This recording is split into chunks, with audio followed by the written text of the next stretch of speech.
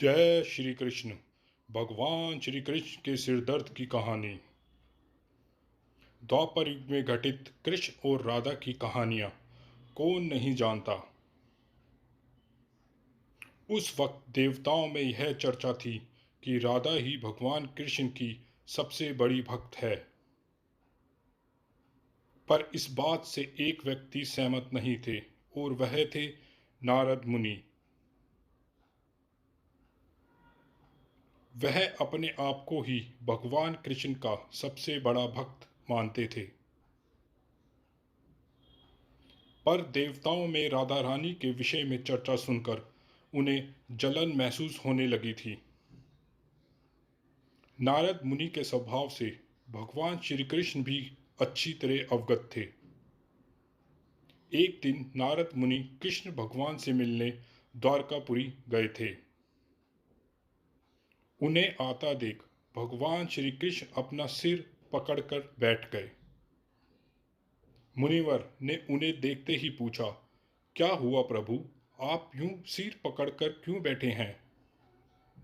उस पर द्वारकाधीश ने उत्तर दिया, मुनिवर, आज हमें सिर में बहुत पीड़ा हो रही है।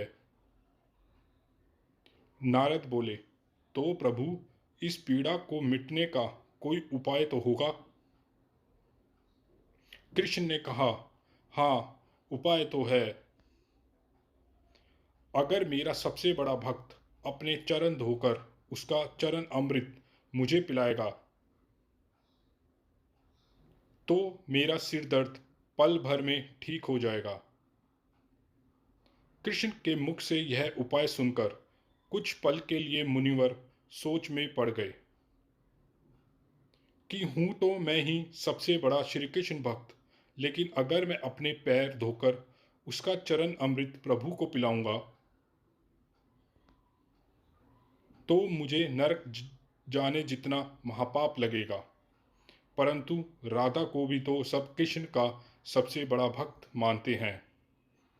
इतना सोचने के बाद भगवान कृष्ण से आज्ञा लेकर नारद तुरंत राजधानी के महल में जा पहुंचे और उन्हें प्रभु के सिर में हो रही पीड़ा एवं उसके उपाय के बारे में वृतांत सुनाया।